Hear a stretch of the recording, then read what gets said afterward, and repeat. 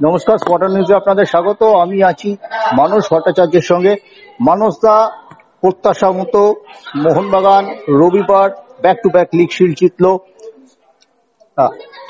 22তম রাউন্ডের শেষে মোহনবাগান পৌঁছে গেল 52 পয়েন্টে, ধরা ছোঁয়ার বাইরে। লিগের মগডালেই তারা থাকলো। কি মনে হচ্ছে মানসদা ম্যাচটা দেখলে? আমার তো মনে হলো যে মোহনবাগান যেন সহজ ম্যাচ কঠিন করে জিতলো। তুমি কি বলবে? দেখো, সহজ কোনো মতেই আমি বলবো না। ওরা অসম্ভব ভালো ফুটবল খেলেছে।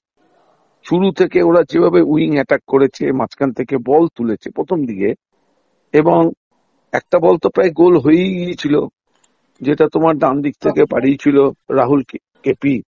কোনো খেলোয়াড় সাপোর্টে আসতে পারেনি বলে সেই সময় মোহনবাগান গোল খেয়েও যেতে পারতো।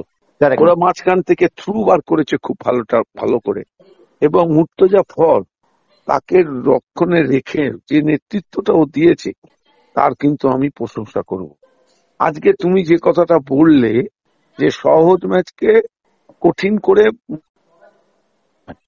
ওরা খুব ভালো খেলেছে। ওদের রক্ষণ মাঝমাঠ ভীষণ লড়াই করেছে। আক্রমণভাগের খেলোয়াড়দের গতি মাঝে মাঝে মোহনবাগানকে বিপাকে ফেলেছে, এবং আমাদের গোলরক্ষক দারুণভাবে তার দায়িত্ব পালন করেছে।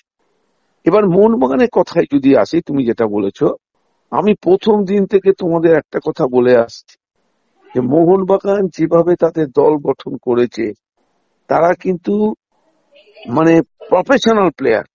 এই ম্যাকলারেন বলো, ডিমিট্রিকোস বলো, স্টুয়ার্ট বলো, বা তোমার কামিংস এর কথা বলো, এদের কথা আমি বারবার তোমাদের বলেছি।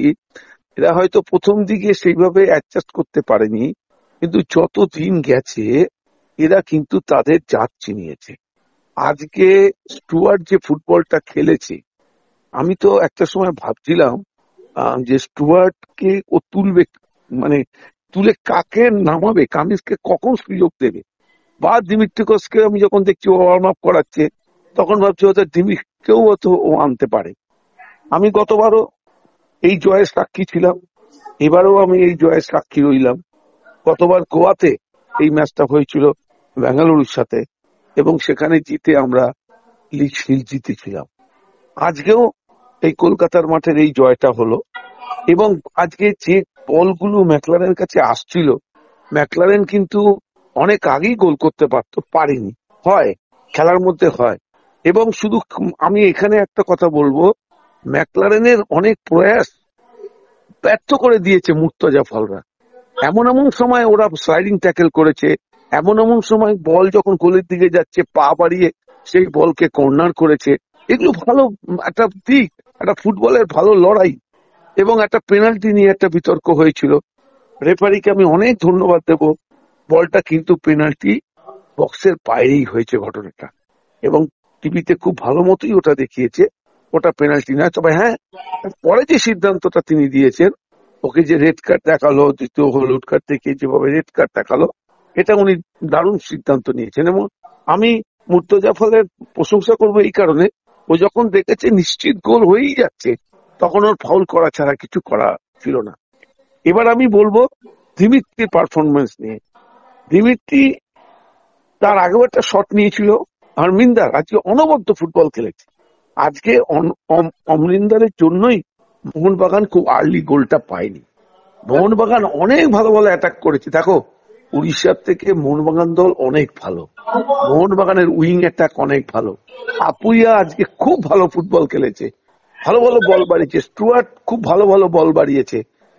মোহনবাগান দল তো অন্যান্য দল, যে বাকি যে 12টা দল আছে তাদের থেকে তো অনেক ভালো। ভালো বলেই তো শুধু চ্যাম্পিয়ন না, কোন জায়গায় পয়েন্টটা তুলে এনেছে দেখো, এটা তো তোমাকে মাথায় রাখতে হবে না? দলটা তো ভালো, দলের মধ্যে অনেক পোটেনশিয়ালিটি আছে, দলের মধ্যে অনেক পেশাদারিত্ব আছে, যেটা কিন্তু অন্য দলের মধ্যে নেই। মানসদা, শেষ মুহূর্তে আমি একটাই প্রশ্ন করবো, ম্যাচের টার্নিং পয়েন্ট কোনটা? মোর্তাজা ফলের রেড কার্ড দেখা, নাকি দিমিত্রিকে সুপার সাব হিসেবে নামানো? আরে দিমিত্রি গতবারও এই কাপ জেতার ক্ষেত্রে একটা মুখ্য ভূমিকা নিয়েছিল, এবং আজকেও ওরই গোলে, এবং যে গোলও করেছে অনবদ্য গোল করেছে। যেভাবে বাঁ পায়ে শটটা নিয়েছে মানবীরের থেকে পাওয়ার পরে, তুমি লক্ষ্য করেছো অমরিন্দর শুধু চোখ দেখেছে, কিছু করার ছিল না ছেলেটার। অবাক হয়ে গেছে, যে বলটা বাইরে যাবার কথা তাকিয়েছিল। সেই বলটা কি করে গোলে চলে গেল। ওদের সব লড়াই একেবারে মাঠে মারা গেল।